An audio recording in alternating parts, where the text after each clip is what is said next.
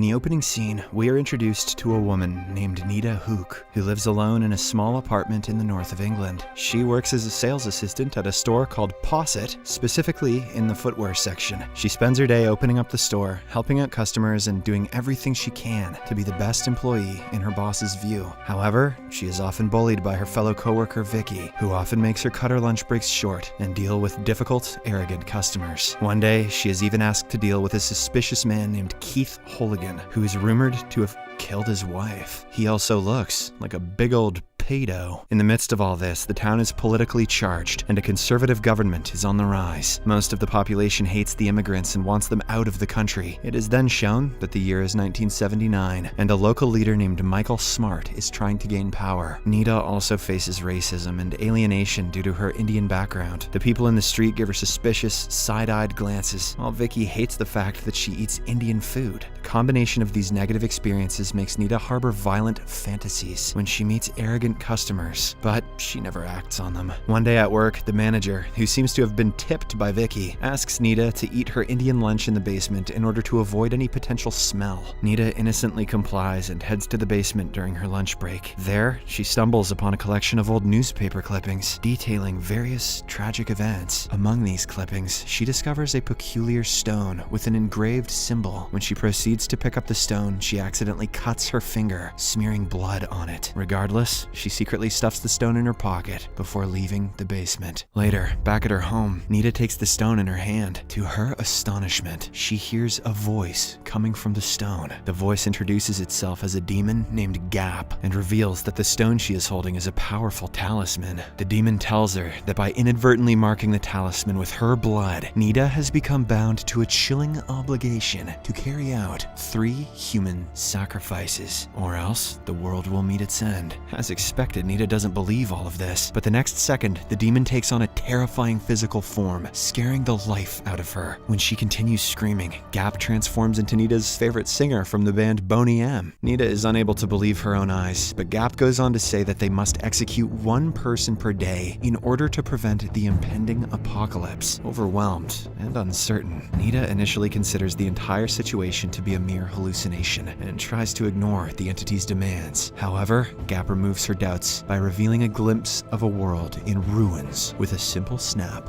of his fingers. Driven by panic, Nita storms out into the dark night and comes across a 39-year-old man named Tim Simons, who is walking his dog under a bridge. Gap, who follows her everywhere, urges her to make her first sacrifice. When Nita hesitates, the demon claims that Tim is a bad person who preys on his own 12-year-old daughter. He even shows her a vision of that disgusting scenario. This is enough to persuade Nita, and filled with rage, she uses a brick to strike Tim on the head, killing him instantly. However, right after she commits the deed, she returns home and throws up. She is unable to sleep the whole night as the memory of what she has done weighs heavily on her mind. At one point, she even contemplates surrendering herself to the police, but Gap stops her, warning her that failing to complete the remaining 2 sacrifices will result in the apocalypse. The demon advises her to pretend as if everything is normal, so that she can avoid arousing suspicion from anyone. The next day, the police find Tim's lifeless body beneath the bridge and start an investigation. Meanwhile, Nita goes about her usual routine at work, pretending as if nothing has happened. Gap continues to follow her, persistently encouraging her to select her next victim. However, Nita ignores him and heads straight back home after work. When she spends the entire day without killing anyone, Gap warns her that failure to do so will trigger an apocalypse, and even shows her news of a potential nuclear war between Russia and the US as evidence. This makes Nita realize that he is speaking the truth, so she selects a weapon of choice, which turns out to be a hammer. She then heads to the local bar for a drink, hoping it will give her some courage. At the bar, the 2 spot Keith, and Gap confirms that the man indeed killed his wife. This means that Keith is perfect for their next target. He also still looks like a big old pedo. Meanwhile, the bartender and a barmaid notices something amiss about Nita, as she appears to be talking to herself, unaware that she's communicating with Gap. A short while later, Nita follows Keith out of the bar and approaches him, who then invites her to his place. As soon soon as they arrive, Nita takes out the hammer from her bag and gets ready to kill him. But just then, a scared Keith confesses that he is a bad person and that he feels guilty about everything he did. Despite this revelation, Nita, with only 6 minutes until midnight, strikes Keith in the head repeatedly until he dies. Later, as she is about to leave the house, Keith's brother Chris enters and notices Nita with her blood-stained jacket. In an attempt to erase all evidence, Nita ends up getting in a scuffle with Chris and stabs him fatally with a kitchen knife. Upon returning home, Nita is racked with guilt because this time,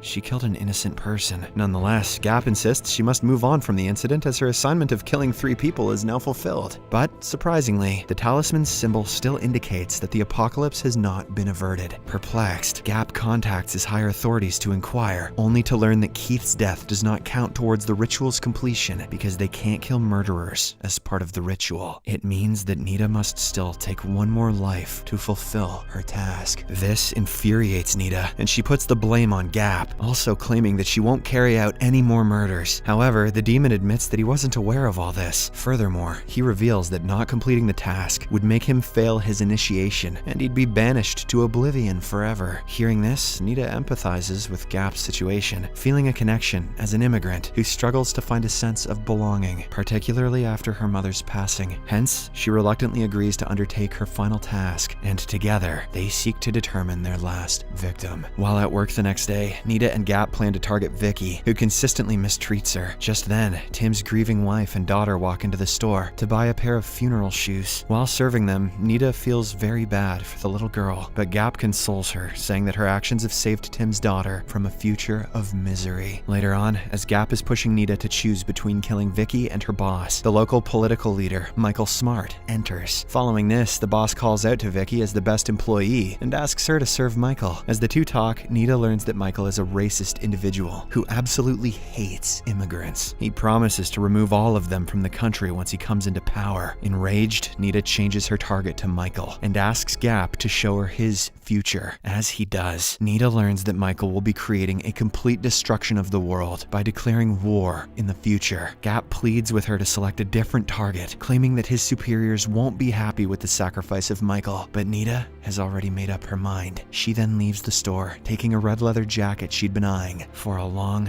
time.